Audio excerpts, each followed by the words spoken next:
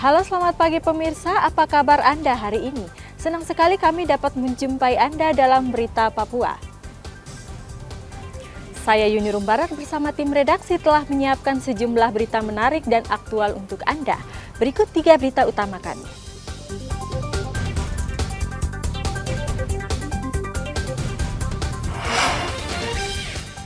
Setahun disandera kelompok kriminal bersenjata, pilot Susi Air asal Selandia Baru minta bantuan obat. Cuaca buruk di Merauke, ratusan kapal kargo takut melaut.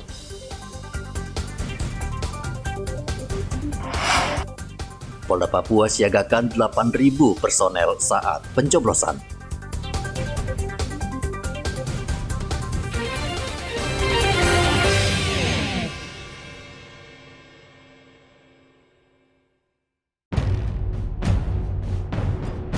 Kelompok kriminal bersenjata kembali merilis video pilot Susi Air milik Mark Mertens yang sudah setahun disandera kelompok kriminal bersenjata pimpinan Egyanus Kogoya di Kabupaten Duga, Provinsi Papua Pegunungan. Dalam video kurang dari 5 menit itu, pilot Susi Air berkewarganegaraan Selandia Baru dalam keadaan yang baik. Philips juga meminta bantuan obat untuk penyakit asma yang dideritanya. I just met with the commandant. He's come here. I was able to send a message the other day, and now he's able to take a video, and he'll send it later when he has some internet. But I'm okay. They're treating me well. I'm trying to stay positive, and I hope that you and Jacob are healthy and doing okay and getting support. Later when we meet again, the commandant says that we can try to make a phone call over the Wi-Fi if you're available. I hope. And I love you both lots, miss you both lots, and I hope to be able to talk with you soon. Bye. Sementara itu, Duta Besar Selandia Baru Kevin Jeffrey Burnett di kota Jayapura melakukan pertemuan tertutup dengan Kapolda Papua Irjen Matius Fakiri dan Pangdam 17 Cendrawasih Maijen Ishak Pangemanan. Pertemuan itu membahas upaya pembebasan pilot Susi Air. Tujuan kedatangan Duta Besar New Zealand ini adalah untuk mengkonfirmasi sejauh mana upaya pembebasan pilot Philip Mertens. Sehingga kami sudah menjelaskan banyak hal bahwa Kodam terus melakukan upaya pembebasan ini dengan mengedepankan pendekatan soft approach, yaitu dengan negosiasi. Mengedepankan peran dari pemerintah daerah sendiri untuk melakukan komunikasi yang terus-menerus dengan Egyanus Kogoya. Kami juga mengedepankan peran dari masyarakat, peran dari gereja, peran dari adat untuk terus berkomunikasi karena kami tidak menginginkan adanya korban-korban lagi. Pemerintah Selandia Baru, New Zealand itu masih mengakui kedaulatan negara Republik Indonesia, sehingga dia tentunya juga tidak memberikan dukungan terhadap yang selama ini mungkin ada berita di luar tentang apa yang disampaikan oleh Benny Wenda, Sebi Sembong. Itu semua berita-berita yang tidak berdasar. Karena ini bicara negara, mereka mengadakan komitmen bahwa kedaulatan Indonesia tetap diakui, termasuk yang ada di tanah Papua. Nah, ini kan memberikan jaminan bagi kita bahwa tidak ada itu negara-negara yang di dalam perkembangan ini memberikan dukungan bagi isu Papua Merdeka itu di luar. Sehingga kami berharap ini bisa digunakan oleh pemerintah Indonesia untuk terus bekerja sama membangun tanah Papua secara keseluruhan. Nah, kami juga sangat berharap, tadi kami sampaikan bahwa apa yang disampaikan oleh Sebi Sembong yang selalu menggunakan isu Papua menggunakan politisasi untuk kepentingan Papua Merdeka untuk harus berhenti. Jangan selalu menjudge bahwa itu ada pengakuan-pengakuan dari luar. Nah, ini sangat penting bagi kami dan tadi juga disampaikan oleh Kedutaan Besar Selandia Baru mewakili pemerintah yang sudah baru terpilih. Nah, mudah-mudahan dukungan ini memberikan kita kekuatan moral untuk bekerja di lapangan. Saya yakin dan percaya teman-teman dari Satgas Damai Kartens akan selalu bekerja secara maksimal untuk memenangkan pembebasan. KKB pimpinan Egyanus Kogoya menyandera pilot Susi Air Kapten Philip Mark Mertens sejak 7 Februari tahun lalu. Saat itu korban baru saja mendaratkan pesawatnya di lapangan terbang Paro, Kabupaten Duga, Papua Pegunungan. Upaya negosiasi untuk membebaskan pilot berkewarganegaraan Selandia Baru sudah dilakukan, namun tidak membuahkan hasil. Arthur melaporkan dari Nduga, Papua Pegunungan.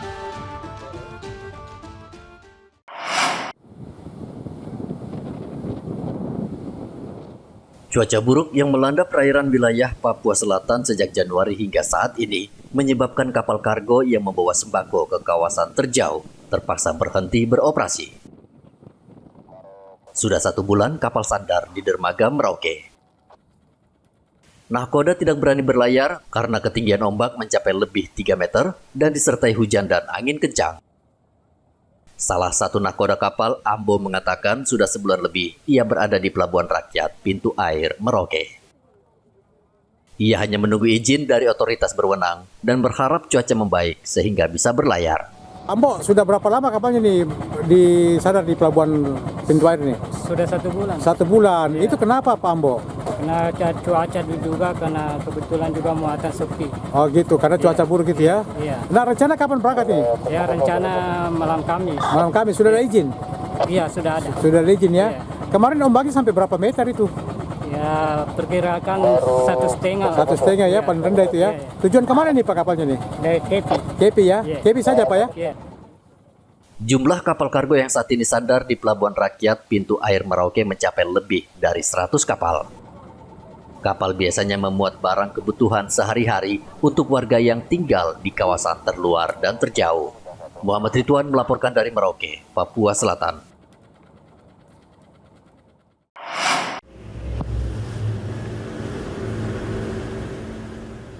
Kapten kapal penangkap ikan yang terbakar di sambar petir hingga saat ini belum ditemukan. Tim SAR terus melakukan pencarian di sekitar lokasi terbakarnya kapal. Tim SAR mengerahkan 2 perahu karet, namun pencarian masih nihil. Kecelakaan kapal Bayu Sentosa 3 yang terbakar di perairan Amar dengan jumlah korban 13, 12 orang sudah ditemukan selamat dan dievakuasi ke Dobo dan 1 orang masih dalam pencarian. Untuk hari ini, hari keempat operasi SAR, untuk hasil pencarian masih nihil ya, dikarenakan cuaca di lokasi tinggi gelombang yang tidak memungkinkan untuk operasi SAR dilaksanakan secara maksimal, sehingga kurang lebih 3 hari lagi untuk pelaksanaan operasi SAR menurut Undang-Undang Nomor 29 Tahun 2014. Jika cuaca bersahabat maka operasi SAR akan dilakukan secara maksimal. Walaupun berbagai kendala dihadapi tim SAR di lapangan, tim SAR gabungan tetap berupaya mencari korban. Dari Mimika, Papua Tengah, Igobat Momolin melaporkan.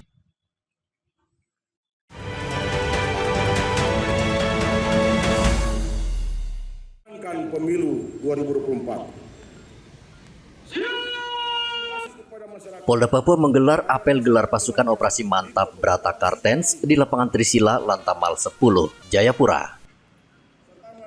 Dalam pemungutan suara nanti, Polda Papua akan menugaskan sekitar 8.600 anggota untuk mengamankan seluruh tempat pemungutan suara di daerah otonomi baru, yaitu Papua Pegunungan, Papua Selatan, dan Papua Tengah.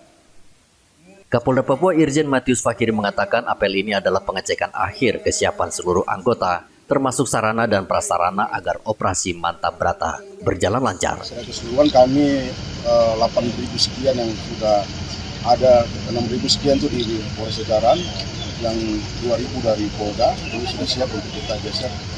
Paling tidak kita akan menyesuaikan dengan apa yang dijadwalkan oleh KPU. Kalau Polri itu kan info ke sana.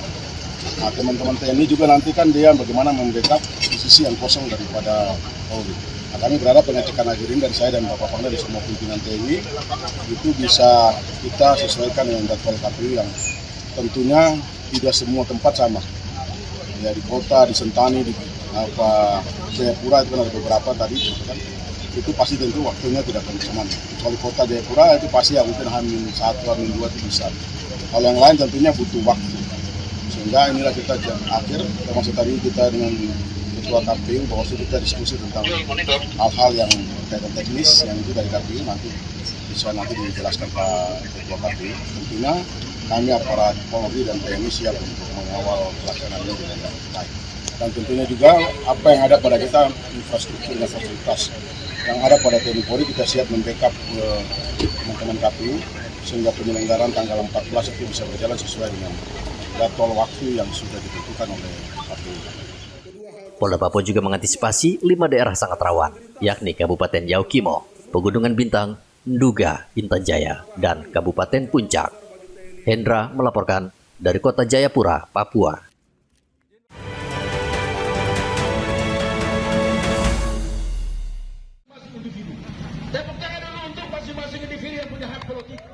Sejumlah organisasi kemasyarakatan dan mahasiswa di Manokwari, Papua Barat menggelar deklarasi pemilu damai.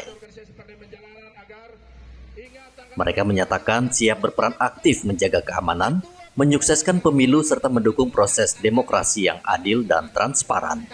Selain itu, mereka menolak segala bentuk provokasi serta meminta semua pihak tidak menghembuskan isu sara dan berita hoaks yang dapat memecah belah persatuan dan kesatuan. Tujuan untuk bagaimana kita masyarakat ini menolak semua isu-isu sara maupun berita-berita hoaks, dan bertujuan untuk mari kita sama-sama menjaga situasi Kamtibmas di 14 Februari 2024 ini.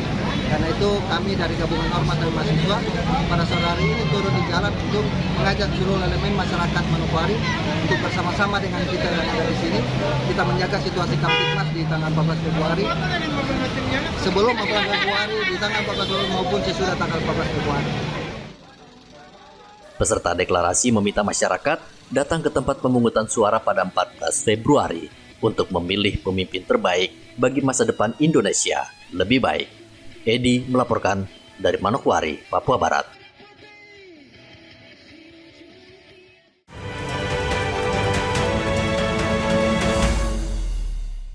Ada tanda gambar. Bawaslu Merauke menyosialisasikan kepada puluhan penyandang disabilitas di sekolah disabilitas di Merauke, Papua Selatan. Kaum disabilitas dijamin dalam undang-undang untuk menyalurkan hak suara mereka dalam pemilu nanti.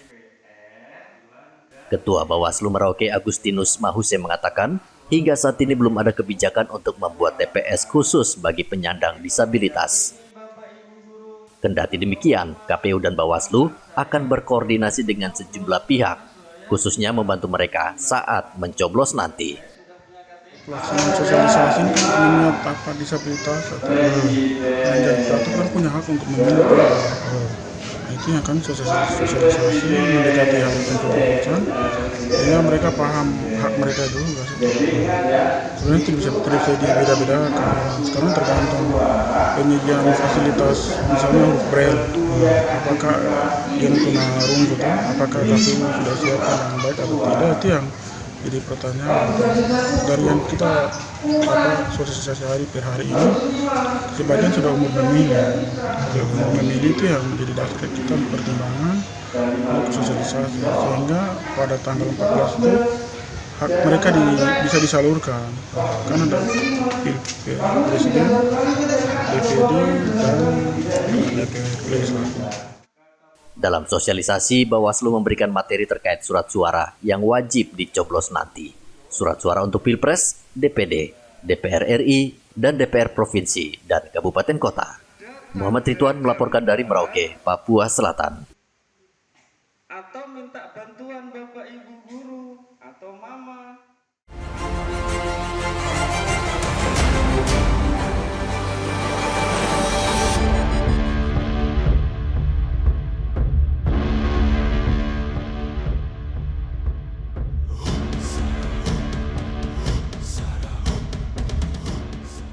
Menjelang pemungutan suara 14 Februari mendatang, kelompok kriminal bersenjata terus meningkatkan teror.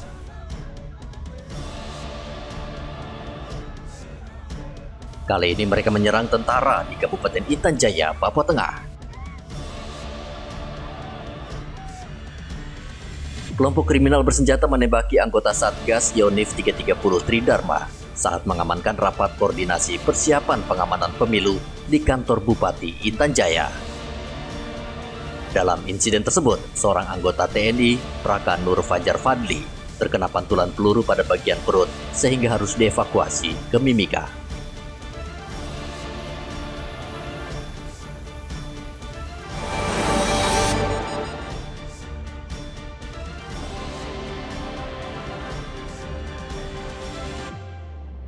Kapal penangkap ikan Sentosa terbakar di perairan Mimika.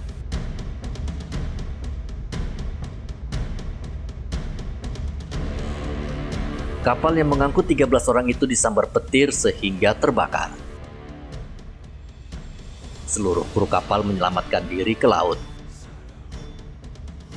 Kantor SAR Timika mengerahkan perahu karet melakukan pencarian terhadap kapten kapal yang hilang.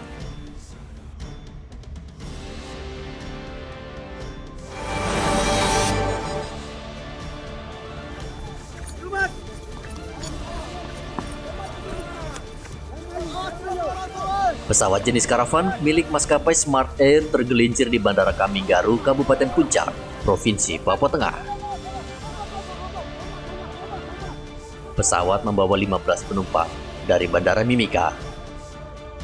Pesawat mendarat dengan sempurna, namun saat akan masuk ke parkiran pesawat oleng dan jatuh ke parit.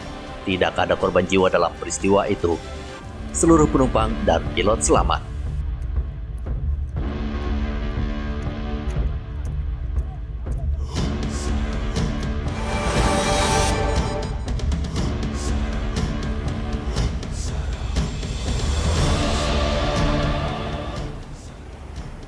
Hujan deras yang mengguyur Kabupaten Puncak Jaya, Papua Tengah mengakibatkan Sungai Gurage meluap hingga menimbulkan banjir yang merendam 5 rumah dan merusak 1 jembatan di distrik Gurage.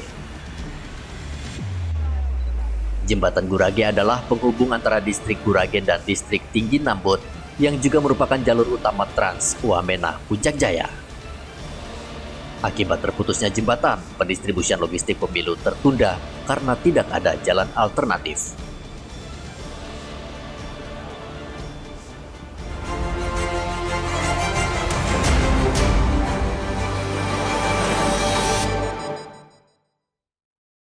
Informasi tadi sekaligus menutup jumpa kita dalam Berita Papua hari ini.